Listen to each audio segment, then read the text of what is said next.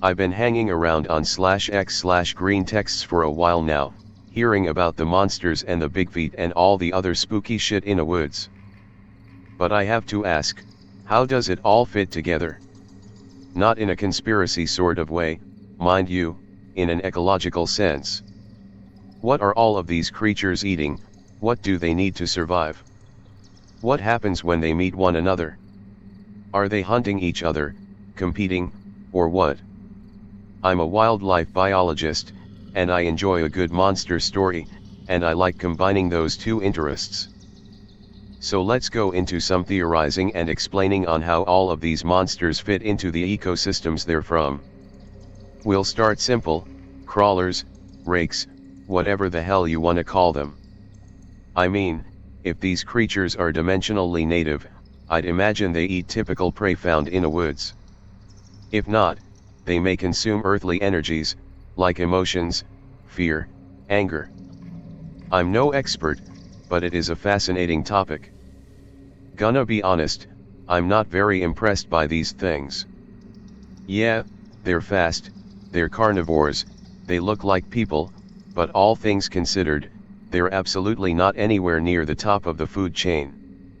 Crawlers are creepy, yeah, but they don't really have the muscle mass or the adaptations to take down big game. Deer, moose, boars, these are all animals that weigh hundreds of pounds. For that kind of game, you need more than just a creepy smile and some claws, you need muscle, the lack of which is kind of one of these things' defining traits. The mouths are often described as small, not that good for inflicting a big deadly bite. Maybe a crawler could get the drop on a deer from above and get a kill, but that's not going to be a reliable source of food. The same goes for just eating people. Even if they were consistently chowing down on crackheads and lost kids, there's just not enough people out there to sustain a population of these things. The logical answer is that these things are, well, like us, that is, generalists.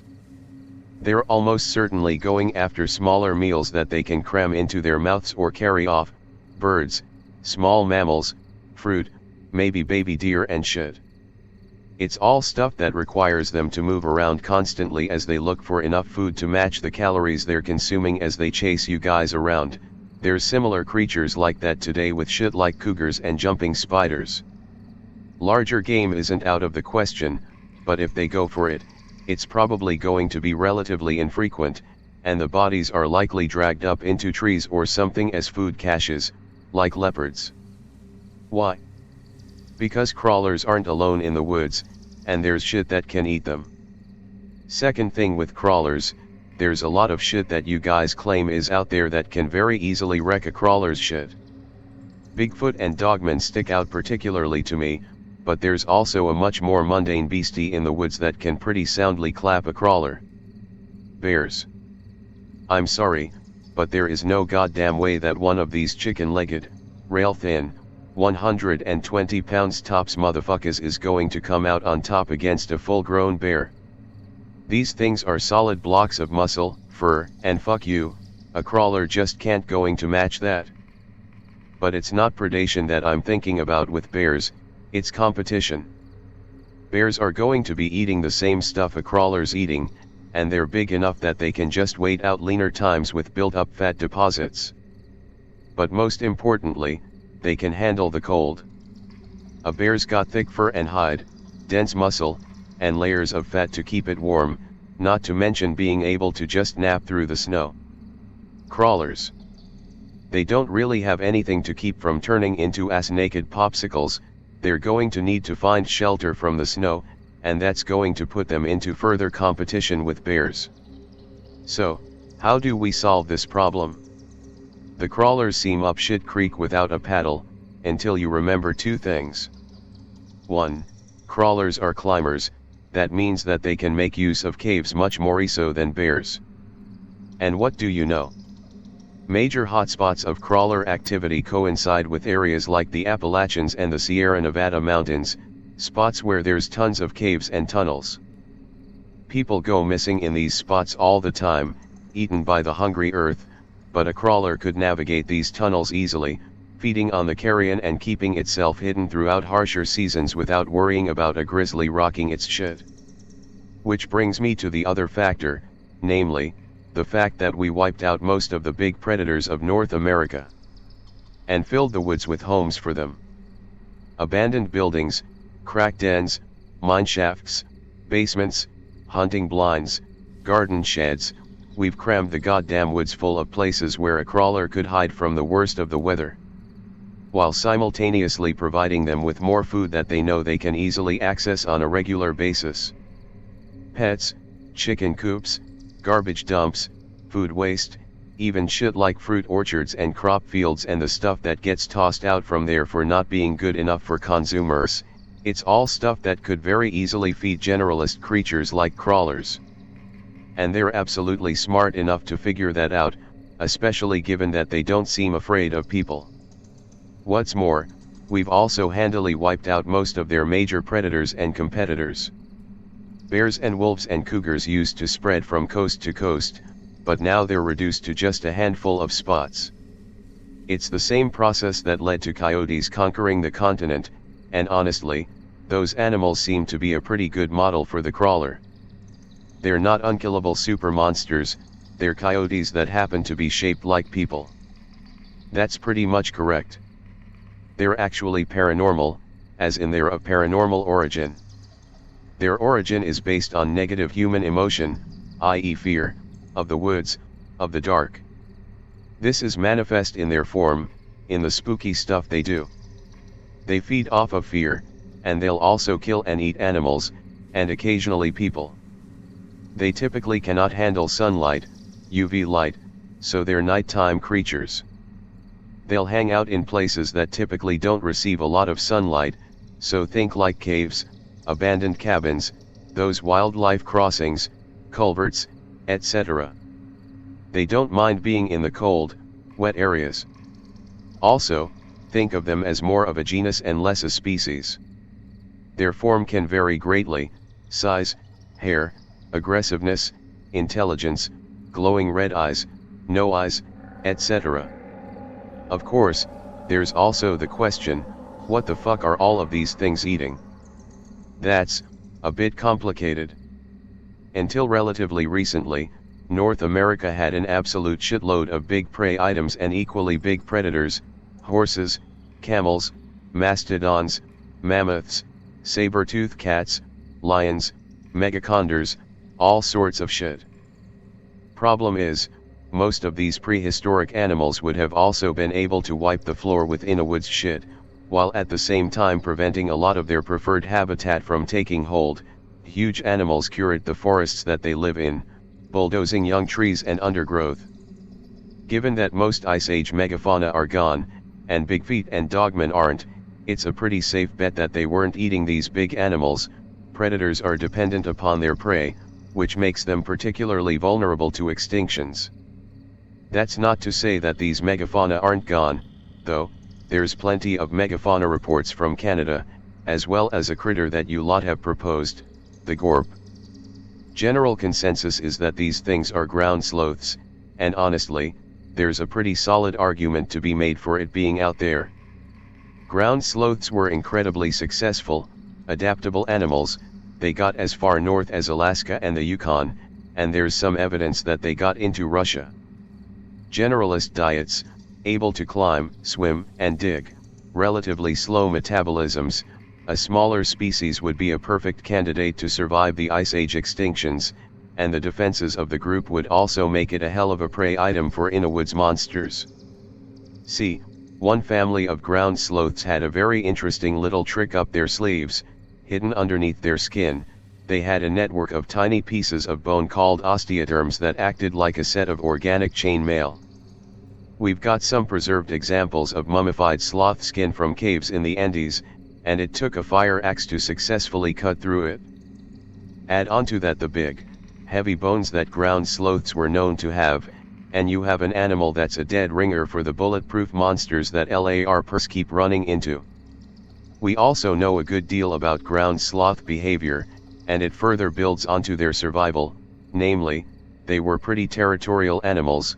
digging out massive burrows into the earth that they return to sleep and to shit. Some of the bigger species could make tunnels longer than football fields and wide enough to drive a car through. Gorps of course aren't making anything that big, but they'd be hiding away in their territories and keeping their shit in one spot where people wouldn't be likely to find it.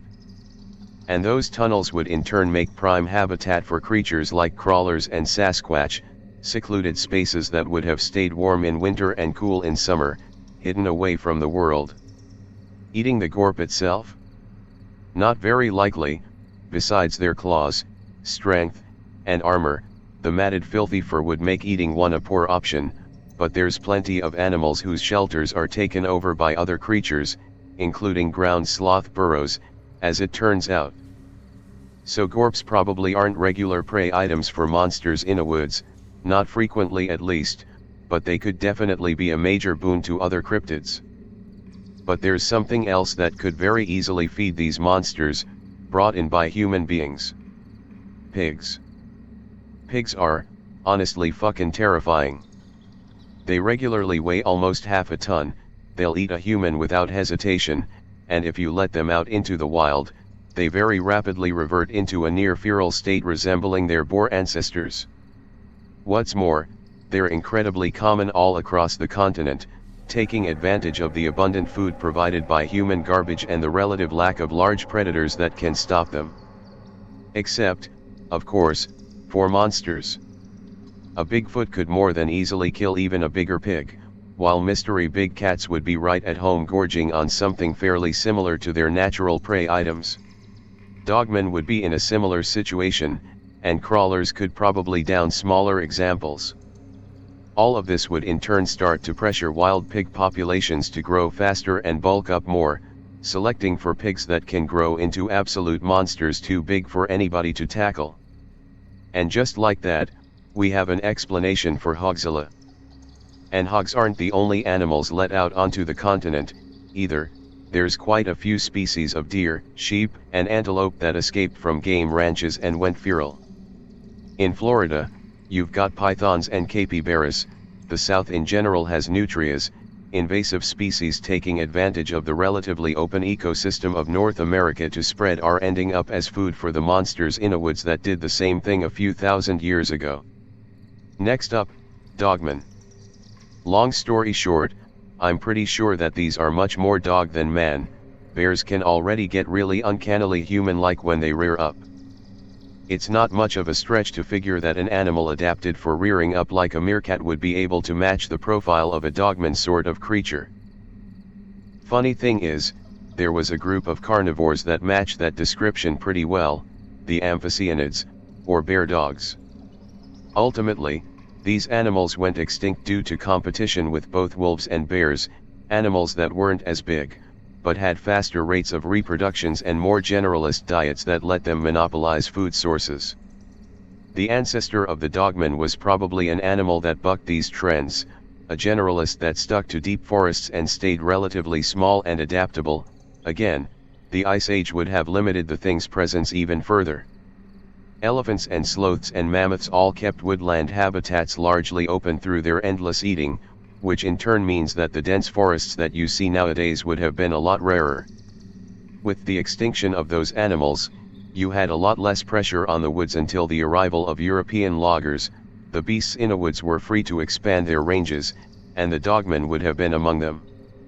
Big and bulky animals, they were largely free to take down moose, wood bison, elk, and of course, other monsters. It's entirely likely the dogmen are part of the reason why Sasquatches aren't as widespread as they are, same with other more supernatural spooks. You see something similar in tigers, who actively hunt wolves and bears in Siberia. Likewise, big cats will actively hunt other predators whenever they get the chance. The more emphasis on the dog part of dogmen could also explain how these things have gone undetected. Big predators like these don't go unnoticed for long, and we've got centuries of experience looking for signs of bears and wolves. But an animal like a dogman can hide through, well, not hiding at all. Its signs and tracks are found, but they look enough like bear or wolf tracks that people don't see them as anything out of the ordinary. Hell, Dogmen could also be responsible for various stories of giant wolf monsters, including the Shunka-Warikan and other monsters with relatively little description beyond big carnivore that hunt down dogs. Just the same as how this hypothetical dogman could have maintained its territories even in the face of canine and ursine competition. I'll speculate on it a moment. This is a sort of umbrella set of ideas that would apply to all large bipedal creatures operating on the North American continent. First off, if they're undetected this long, leave no usual signs such as corpses, poop, dens, etc., then there is some presently unknown variable allowing them to exist undetected. They are not simply well hidden. What this is I haven't seen any real concrete evidence of. Are they from another dimension, outer space, or do they have some way of cloaking themselves at will from modern senses and equipment? Personally, I think that these things have to come from somewhere else. Their main populations are not here, for lack of a better term, and what we are seeing are probably outlier individuals or group that have some reason to be in the Pacific Northwest or whatever, be it food, curiosity, or recreation. Think about what kind of humans you'd find deep in the real forest. Think about if your only experience with humans was observing deer hunters, you'd say they didn't have a sustainable population. You'd have no way of knowing they're not representative of how the mainline human population looks or acts, or even how they themselves act 99% of the time. There's just not enough information. Food source. As stated above, I don't think any of them live where they're seen full time.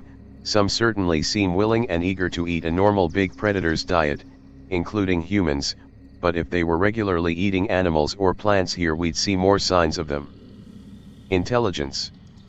Without being facetious, they're at least smart enough to avoid most humans or human surveillance methods, so they're probably above chimps, but they don't use machines or tools of their own, or even ours that they have access to. The exception being skinwalkers, who seem to quickly figure out vehicles and electronics, but are 100% hostile and always provoke life or death situations. Next up, not deer. Honestly, there's already plenty of weird fucked up diseases that affect deer that could pretty handily explain these things. Happens when you evolve to flirt by way of domesticated bone cancers, but that's not nearly as fun of an explanation. As such, will be treated not deer as they're described, a creature that mimics deer species in order to hunt. First thing to note with this, there's quite a few options for what exactly a not deer is eating. Deer already can and will eat small animals, and mimicking one would allow this predator to go after not only small game that wouldn't be scared off by what looks like a normal deer, but stuff like coyotes, badgers, hell, with some of the size estimates I've seen with not deer. I wouldn't be surprised if they could go after shit like cougars or turkeys. Other deer wouldn't be off the menu, either. A not deer could use its disguise to lure in horny bucks that see them as either mates or as rivals, depending on whether the not deer has antlers grown in at the time. However, I wouldn't rule out the possibility that they might be eating some plant matter as well. Forwards-facing eyes aren't actually that big of a factor in determining if an animal's a predator. There was a goat with forward-facing eyes alive until a few hundred years ago. And crocodiles certainly don't have that kind of eye setup, either. Their intent. I suspect this varies wildly by the individual. As I've said, I don't think they live here, but I have no idea where they might actually live. It could be underground or alternate universes for all I know. I don't think enough of them are eating here to make food a primary reason to come. To go with the deer hunter analogy again, I think that anything they kill or eat here is a recreational or ceremonial thing that doesn't represent their normal diet or hunting practices. Hostile actors.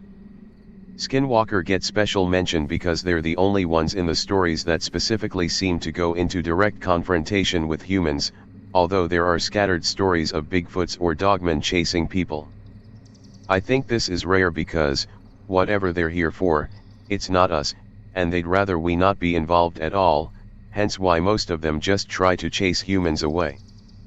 Skinwalkers probably need us for reproduction or cultural reasons or something, because if you had the option of eating anything, humans are a poor choice of prey, like even polar bears rarely survive a real attempt to kill humans.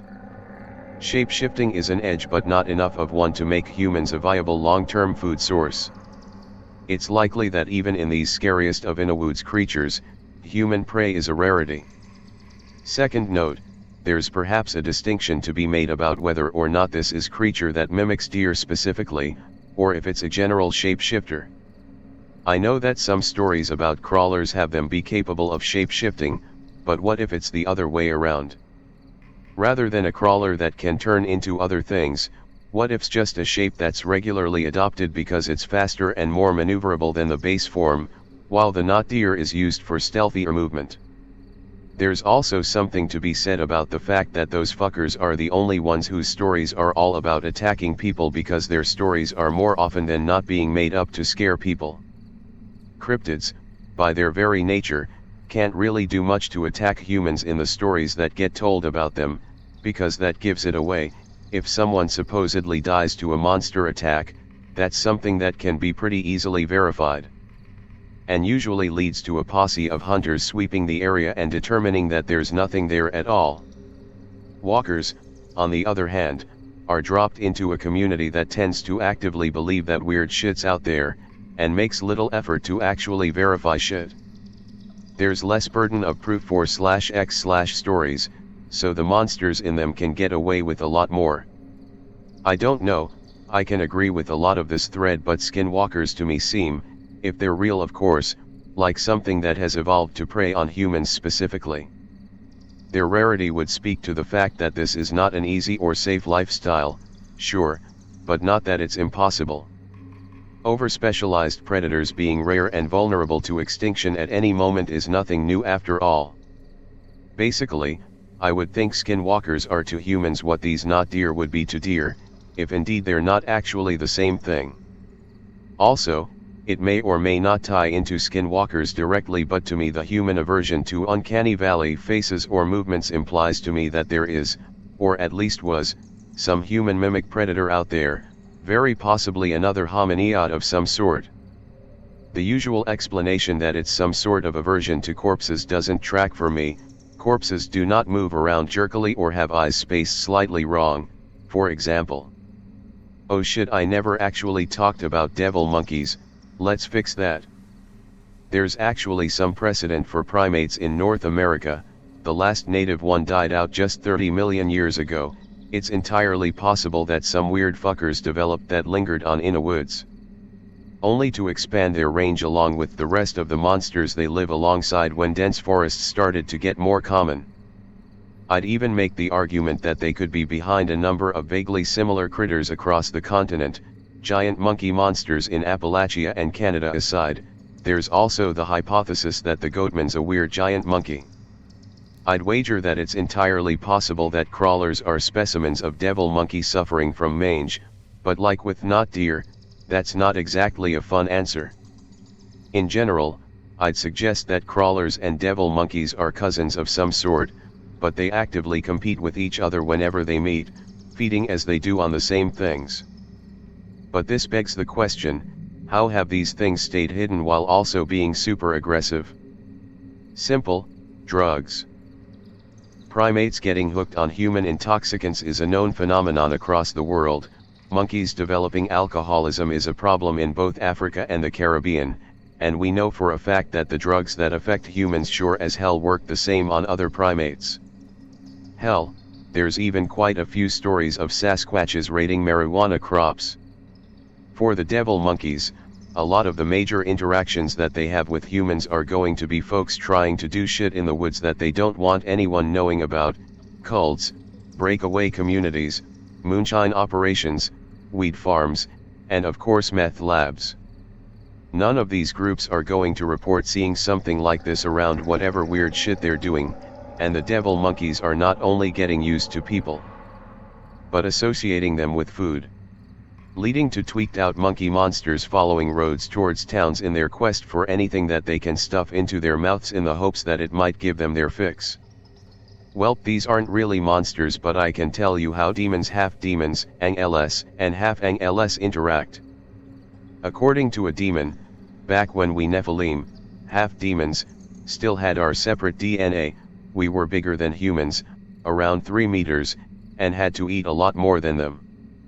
We also had superpowers, still do, and stronger, long-lived bodies. Since pure demons didn't need to eat in their corporeal form, the cooking skills of our Lord's ancient civilization were very limited. I'm talking grilling over fire as the only form of processing, nothing except salt and yellow sugar. Obviously demons and *ls despise each other, and there are even skirmishes between demons over hierarchy. They prefer to work solo, but their individual effort often contributed to the missions that high rankers or Lord Satan give out. Nephilim with healing abilities or poison resistance can eat pretty much anything, others same as humans. Those with energy vampirism, in my case evolved form energy manipulation, can also harvest life force to prolong their lifespan. The weaker ones do so by extracting blood from prey, hence vampire myths. 37003285. The disturbing thing about crawlers to me actually is that they might have a small, weak bite. If you look at monkeys or chimps who hunt prey, you have to consider that they absolutely suck at it. What this means is that their prey often suffers terribly. Just look at what chimps do to monkeys they catch. What this means for any largish prey that a crawler gets a hold of, a deer caught slipping, or a human, is they won't go painlessly. They'd probably be bludgeoned with those long arms, pulled apart or gutted, and have to feel the experience of a lot of ineffectual bites. Not a good way to go. In that respect they're also not too unlike coyotes, so that was a good comparison. Also, you have to factor in that wiry lanky primates are often way stronger than they look, and a crawler would be no exception. To be sure, I'd agree they would be generalist feeders and spend a lot of time foraging, hunting small game, or licking scum off of cave walls or whatever. But I wouldn't underestimate one as a threat either. And they're one of those things where the closer they might be to humans, the worse they get. We all know what humans are capable of. You can just imagine what our subhuman cave-dwelling cousins might get into. Agreed also that they would be BTFO by bears and likely wolves and cougars. Let alone Bigfoot and Dogman. Mind you, chimps and monkeys do actually have very powerful jaws, and that's reflected in their skulls. A crawler just doesn't have the necessary attachment points. The head is always small and rounded, no sagittal crest or cheekbones to attach powerful jaw muscles. That said, even chimps are much bulkier than you'd expect them to be. I admit that I may be underselling the crawler, especially if they could use shit like flint scrapes or rocks, but they just do not have the equipment to really be a consistent threat to a person. I swear I've read reports of weird dog-like animals with long, feline-style tails. Surviving bear dogs would fit that bill as well, and if they could rear up bear style they'd made for a convincing dogman, sure. Again, if we assume all these things are real, I could see dogmen oscillate between either being a predator of or dangerous competitor to Bigfoot, and that these two would sort of exist in their own league where they are each the only real threat to the other. You know, if these creatures are not native to this dimension, then that would explain why sightings of them are so rare and sparse. If you were to drop a koala, a creature that can only eat eucalyptus, into the Amazon, it would starve despite being surrounded by food sources. Maybe the reason we only see Bigfeet rarely is because they lack the ability to eat our world's food, or the skills to evade our world's predators. But this raises the terrifying question, which of our world's species we consider native and normal are invasive species from another world. Basically the key difference is that in schizophrenia people hallucinate voices that come from around them, not from inside their head. Let me break down the different categories. Spirit sight is different from possession and often confused with schizophrenia because seeing things that other people can't see pretty much means you're crazy until proven otherwise. The medium from the show Dead Files is a good example for someone who has spirit sight but no mental illness, as her accounts match the history of the buildings and she displays no paranoia. I personally can't see spirits/demons outside of dreams and meditation, hence I don't have spirit sight or schizophrenia. Possession is similar to dissociative identity disorder in a variety of ways. Non-human alters are actually a thing, For example, the brain of someone who had trauma with water might create a second personality that calls itself a mermaid to deal with tasks requiring water. Both alters and demons can take over and cause amnesia, or be co-conscious, like me and Nikki. He sees all I see and can react in real time, or co-fronting at times. Both are in control of the body, which is kinda euphoric lol. I'm not sure if this also applies to did, but demons can just take over one part of the body, which feels kinda weird. It's like being in free fall even though you're standing exceptionally stable. In my case, I'm a psychopath, so trauma can be ruled out. Also, too many miracles happen that in my opinion fall out of the scope of foreign knowledge acquired by alter or placebo effect. ADHD has an impulsivity aspect to it. Getting superpowers through possession can make people reckless. Heck, I started eating spoiled food to save money after I found out the demon can heal. It's not stupid if it works. I feel the next up fella to cover is Sasquatches. Best to bring out the big icon boy himself, with him being mentioned with these others. Also, why does it seem dogmen aren't so aggro towards people in their encounters? Seems they could make a meal out of a person easily, but seem content in spooking them IRC from the reports. My guess? Long-term interaction with Native Americans leading to them realizing to stay away from people. Maybe mixed with misinterpreting our bipedal stance as constantly standing tall in a threat display, but probably just realizing that humans are bad news. You see something similar in Africa. Scientists found that just about everything on the savannah runs the fuck away as soon as they hear human voices. Of course, could also be that they don't leave witnesses behind when they do attack. But you know what? You're right. Let's talk about Bigfoot, or more specifically, why I think they've started to vanish. First of all, get the fuck out of here with that they're from another dimension bullshit. You don't need black magic or Ouija boards or whatever the fuck for big hairy dudes to live out in the woods. It's not like we're hurting for potential ancestors.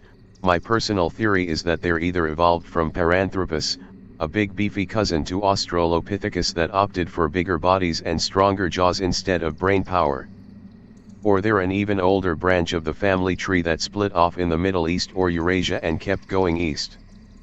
In a way, their migration would have paralleled our own a couple million years later, even as we steadily pushed them out. Stories of ogres, wildmen, giants, it could have all come from our ancestors meeting these fuckers before they pulled further back into spots where they could thrive, but we can't. Our ancestors kind of have a history of murder fucking every other human species we meet into extinction or absorption into our gene pool, and I doubt that the wildmen would have been any different. Thing is, they'd have the advantage of being able to make a living in spots where craziest motherfucker in the Cro-Magnon tribes wouldn't see it as worth the risk. What's more, the wild men would have absolutely been smart enough to know that, and I know that for a very simple reason. Simply put, there's no way that a big ape could have survived in such close proximity to humanity for so long without being spotted. Gigantopithecus was a giant orangutan cousin that was even bigger than Bigfoot, and that thing died out when it went up against pointy sticks. But a group of people, especially a group of people who've been out in those woods since before the ice ages and who don't want to be found? That's another story entirely.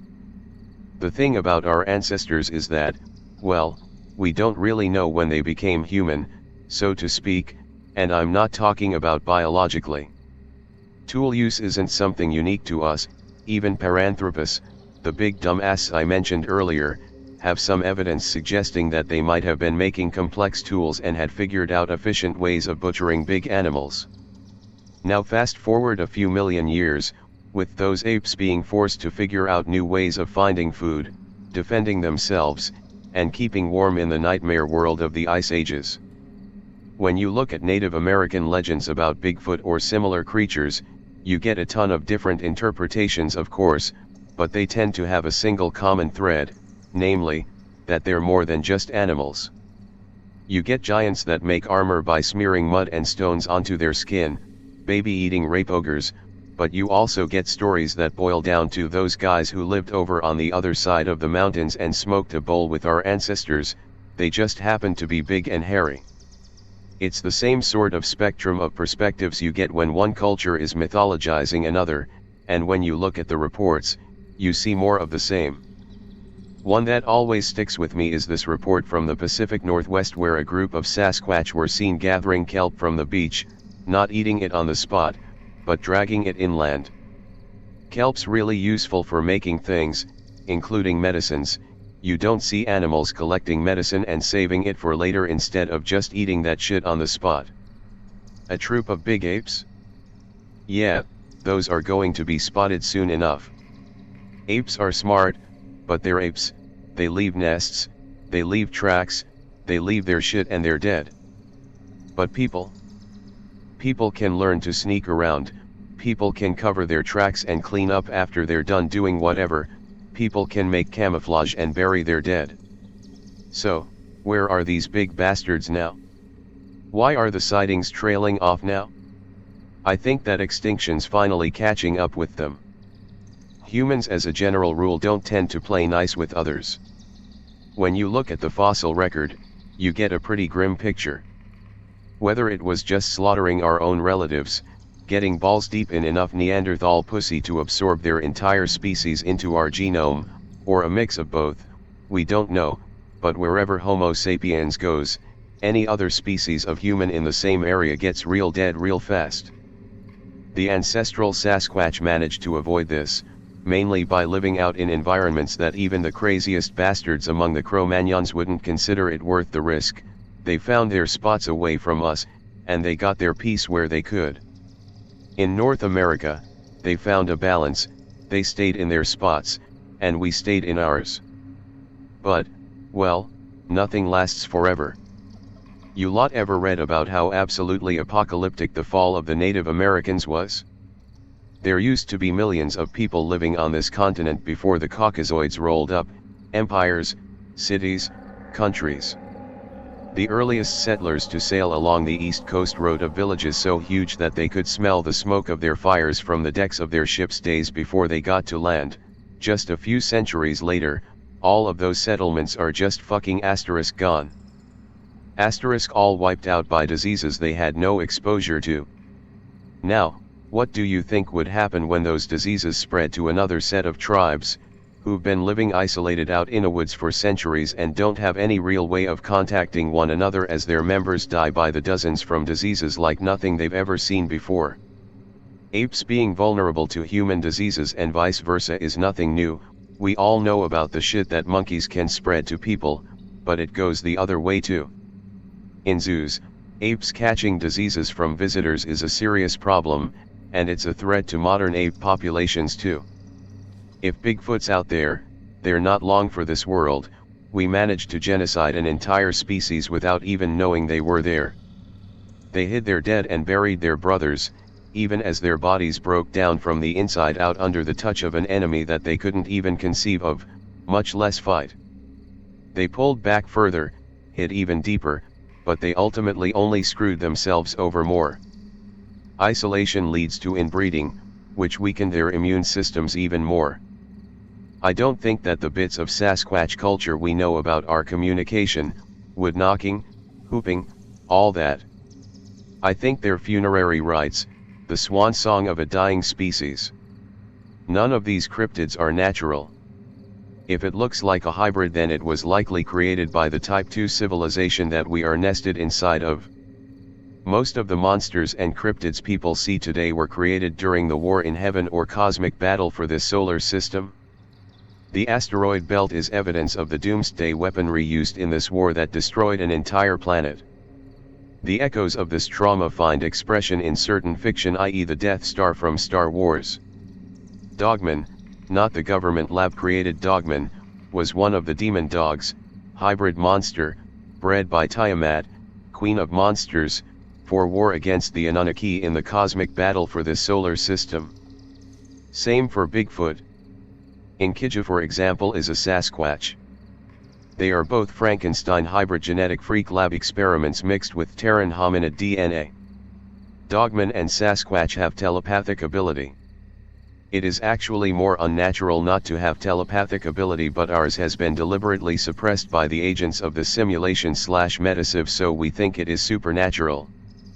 Also the rake/crawlers, tall lanky creatures, are simply the feral devolved human and human hybrid survivors from the previous civilization wiped out by the Younger Dryas impact. Most of these survivors spread across the globe and formed new civilizations known to the archaeological record. But some of these survivors got isolated and went underground and devolved into these emaciated feral people. The movie Descent is based on these creatures. Most fiction, even from imagination, is almost always based on something real. Partly because of Freemasons controlling what makes it into culture, but also because this seems to be how the universe works. When people tell stories, they tap into the unconscious/Akashic archives. Nothing new under the sun and so on. Not sure why it works this way, but it do. Anyway, 13,000 years of selection pressure created a divergent species that look like monsters and live underground. People also see these mountain trolls much larger than Bigfoot. Very rare cryptid. 10 to 12 feet tall and much less hominid in appearance. Not sure what those are. Surviving giant ground sloth? Possible, but they look closer to some kind of mountain troll. J.R.R. Tolkien was not writing fiction when he created Arda. He was describing the conditions on Earth during the last glacial period before the Younger Dryas comet impact. A time when giants and monstrous megafauna roamed Earth. He was writing real history disguised as fiction, taken from the secret library at Oxford that only elites had access to. Think Arolinda, but the stuff never released to the public. He was one of the only people who could read and translate some of these ancient Norse and Finnish texts. This is why he claims in interviews that Middle-earth was a real place and his books are not allegory or fiction. Silmarillion describes the war in heaven or the ancient cosmic battle that happened in this solar system. Gnomes/dwarves are an advanced ultra-terrestrial civilization that occupies parallel interpenetrating dimensions. Same with elves. Then there are the breakaway Germans. Normal humans with field propulsion tech. They live underground and probably escaped into the past. It gets confusing from here because there are also these alleged ET Nordics, but my personal theory is that all these humanoid-looking extraterrestrials all originate from some meta-civilization that exists 5th dimensionally and seeded life across time and space, which is why the apparent aliens look like us. Warp space, warp time, UFOs are time machines, therefore UFOs are agents of the simulation/meta-civilization. Field propulsion research is always suppressed because of these agents. I get that, but there is mounting evidence now for the Younger Dryas impact, and if you accept that, then you have to ask if there may be some truth to the global myths and legends all describing a flood that wiped out advanced civilization. So-called gods who look like men arrive from the sea, Oans, or sky bearing the gifts of civilization after each calamity. Nordic-looking men, same appearance as eyewitness descriptions of modern UFO occupants, who wield magic, technology, and offer knowledge that kickstarts civilization. High prevalence of UFO sightings emerging from water. Connect the dots. Every culture has these myths and figures. These gods are emissaries of the meta-civilization that is at war with itself. A change war across space and time. For whatever reason, Earth is the prize and at the center of this conflict.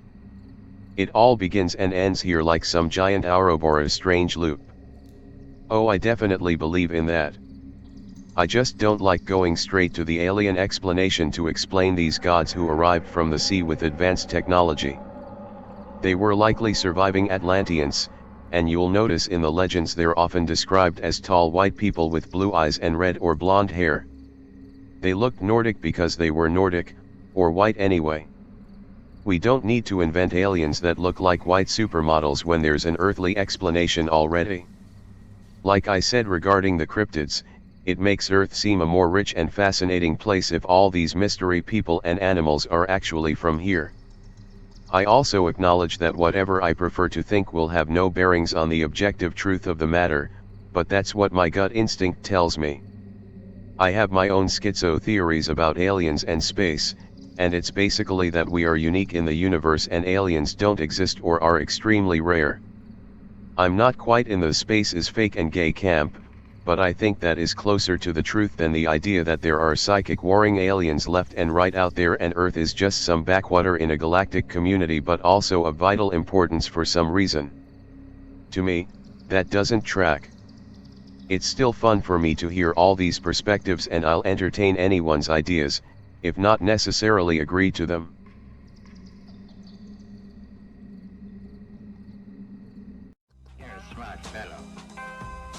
Saturdays for the boys. You can watch movies with the tribe on depleted uranium drive-in theater Saturday afternoons at 3 p.m. Central Standard Time, 4 p.m. Eastern Standard Time, only on Twitch TV.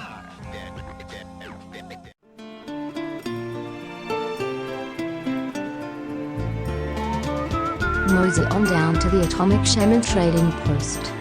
We have t-shirts, decals, refrigerator magnets and other swag for sale. What better way to show your support for the show? Our merch can only be found on t.pub/link/Atomic Shaman Trading Post.